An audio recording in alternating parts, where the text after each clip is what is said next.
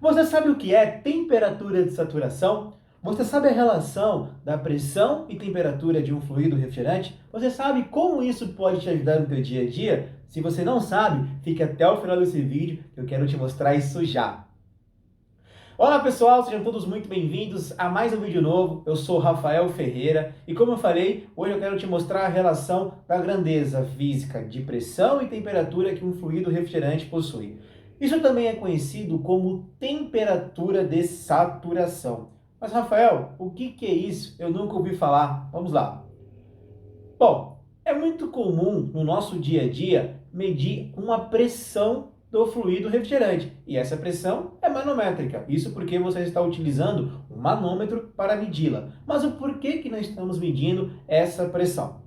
Bom, existe uma coisa chamada saturação, ou seja, de acordo com a pressão que o fluido refrigerante se encontra naquele momento, o mesmo irá mudar de fase a uma determinada temperatura. Isso porque, para que um fluido mude de fase, ele depende exclusivamente da pressão e da temperatura, ok? Essa relação é possível você encontrar de várias formas. Você pode encontrar através de uma régua de pressão e temperatura, através de um aplicativo que relaciona as duas grandezas, ou no próprio manifold. E é isso que eu quero te mostrar como você vai fazer utilizando esse manifold aqui da Elitec Brasil. Para alterar as configurações do manômetro, basta apertar a tecla 7 e pressionar, até no visor aparecer alto. Aqui é o tempo no qual ele vai desligar em minutos, então você pode deixar desligado ou configurar algum tempo. Após a inatividade de 10 minutos dos botões, ele vai desligar automaticamente sozinho. E para você alterar a próxima configuração, basta apertar o botão superior. Aqui nós temos a relação de temperatura, a unidade de medida de temperatura, que está em graus Celsius, vamos mantê-la.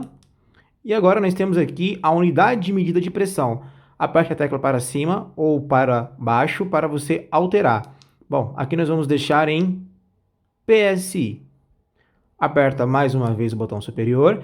E agora nós temos o tempo que a iluminação vai desligar, que nesse momento está em 3 segundos.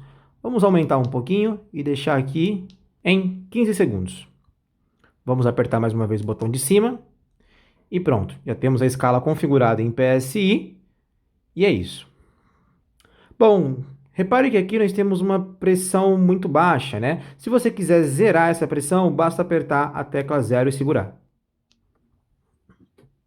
Legal, agora que você já sabe como adentrar as configurações desse manômetro, vamos agora falar da relação de pressão e temperatura.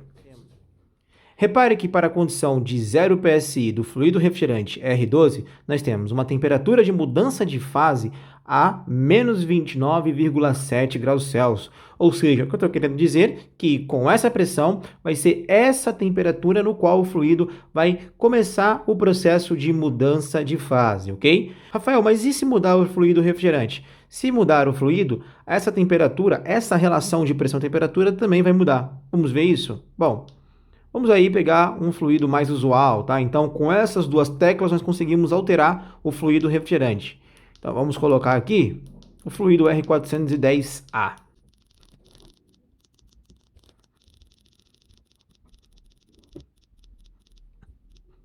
Agora, para o fluido refrigerante R410A, a uma pressão de 0 PSI, o mesmo irá mudar de fase a uma temperatura de menos 51,3 graus Celsius. Vamos entender agora como isso funciona no seu dia a dia e como você pode aplicar isso na prática. Vamos imaginar que você mediu uma pressão de evaporação, uma pressão da linha de baixa em 60 psig. Bom, assim se sabe que pela tabela de saturação ou tabela de pressão e temperatura, o fluido refrigerante vai mudar de fase a uma temperatura de 1 grau Celsius. Ou seja, eu posso afirmar que ele está evaporando a essa temperatura. Mas vamos falar que você mediu a temperatura da linha de sucção e você encontrou um valor de 6 graus Celsius. Ou seja, nós estamos falando que a temperatura da linha de sucção está superior à temperatura no qual você mediu lá de evaporação. Com isso, nós podemos afirmar que o fluido refrigerante ele superaqueceu 5 graus. Isso porque ele está 5 graus acima da sua temperatura de evaporação. Então eu posso afirmar que o fluido refrigerante na linha de sucção ele está na condição completamente de vapor, porque ele está acima da sua temperatura de evaporação. Essa relação de pressão e temperatura vai nos ajudar a descobrir a temperatura de evaporação e a temperatura de condensação de um sistema de refrigeração. E a temperatura de evaporação, ela está totalmente relacionada à temperatura que você deseja internamente naquele ambiente que você está refrigerando ou climatizando, e também está relacionada ao ΔT do trocador de calor. Então, você sabendo dessa relação, você pode descobrir qual é a temperatura de evaporação que o seu sistema tem que trabalhar. E se você quer saber mais sobre essa relação, deixe aí nos comentários que eu faço um vídeo falando sobre isso.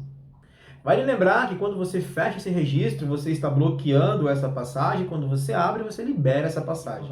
Então, vamos resumir aqui de forma rápida. Chamamos de temperatura de saturação a temperatura no qual o fluido está mudando de fase. E nós sabemos que isso depende exclusivamente da pressão e do tipo de fluido refrigerante que você está utilizando. Vale lembrar que para cada tipo de fluido refrigerante você vai ter uma relação de pressão e temperatura, tá bom? E isso vai nos ajudar a saber qual é a temperatura de evaporação, ou seja, a temperatura que o fluido está evaporando, trocando o calor latente lá no seu evaporador, e a temperatura de condensação vai nos ajudar a saber qual é a temperatura que o fluido está rejeitando o calor lá na unidade externa condensadora. Espero que você tenha gostado desse vídeo. Se gostou, comenta, compartilha e curte. E muito obrigado. Até uma próxima. Valeu!